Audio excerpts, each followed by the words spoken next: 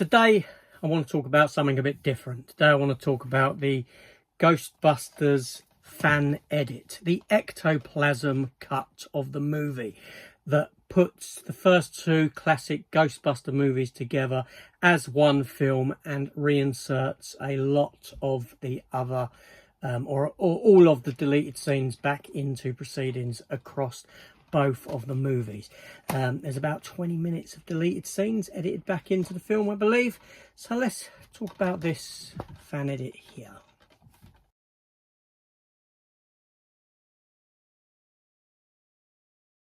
Hello everyone, welcome back to the channel. Welcome to a review, if you will, of this Ghostbusters Ectoplasm Cut fan edit edition release that was done. I'm not sure when this was done. I think it was a few years ago.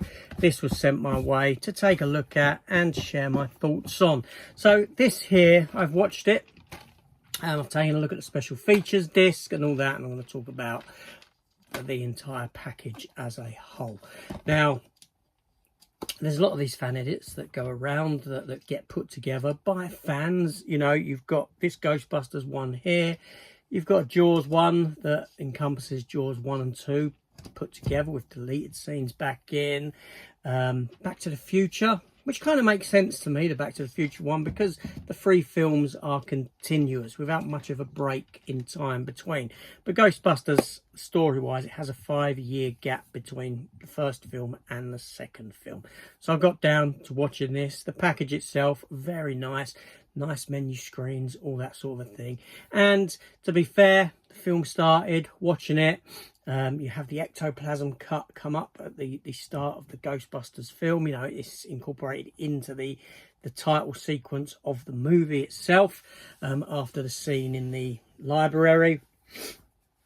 And we get into proceedings. We get a really nice picture. You know, it must be taken from a pretty damn good transfer. I'm not going to talk about the story of Ghostbusters 1 or 2 because you know it. If you're watching this, you know Ghostbusters 1 and 2 inside out, like what I do. It doesn't need to be spoken about. But we get to the deleted scenes. Now, unfortunately, the deleted scenes haven't been cleaned up or anything like that when they've been put back into a film, so they're rough looking. They're kind of like how you'd expect them to be in the deleted scene section of your previous copies of the film, shall we say. So the picture quality does take a step back when you get into the deleted scenes moments. But, you know, it's nice to see them incorporated back into the film in a sense, which gives you an idea as to why some of this stuff may have been deleted in the first place.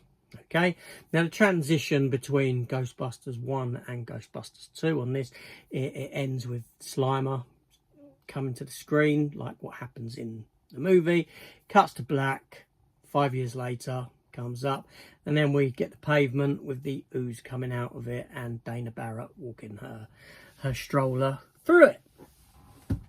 And into proceedings, into Ghostbusters 2 we go as well. And again, the same thing happens and we get the deleted scenes put back in throughout the film, blah, blah, blah. Now, as a runtime, as a complete feature, this runs for about 3 hours and 45 minutes. I didn't watch it in one hit. I watched the first film, I left it. A couple of weeks later, I went back, I watched the second film. There was no way that I could sit and watch 3 hours and 45 minutes of any film, to be honest. Very rarely can I sit through a feature of that length in one sitting. It's quite tough to do, and more so here because obviously Ghostbusters 1 is the better half of the two. But like I said, it's an interesting project. It's nice to see these deleted scenes put back into the movies where they may have or may not have sat, and see what it does to the overall arching narrative and the pacing of the movies. Like I said, some work, some don't. As for the special features, there's about 4 hours of special features on this on disc 2. And it encompasses everything. You know, there's retrospective videos, there's making ofs from the time, puff pieces from the time, TV spots, music video, all that sort of stuff is encompassed in this film. There's a lot there on this disc. There's a lot there to take in and watch. I haven't watched all of it. I've just sort of skimmed some of it.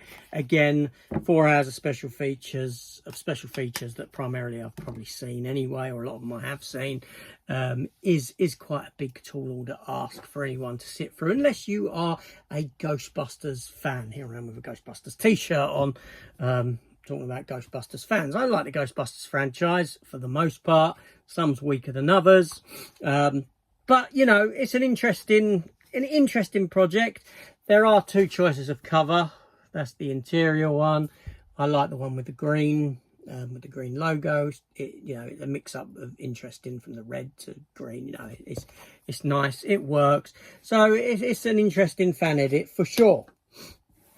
Whether it's for you, I think depends upon how much of a Ghostbusters fan you actually are and how into these movies you are. But you know, like I said, readily available. I know where to get them from. If you want to know, just drop me a message, an email. I'll let you know where you can source this thing from. I think the next one I will watch is might try, is the James Bond Never Say Never Again Eon cut. That might be my next fan edit watch and review. We'll see. Anyway, thanks for watching, everyone. See you on the next one. Take care.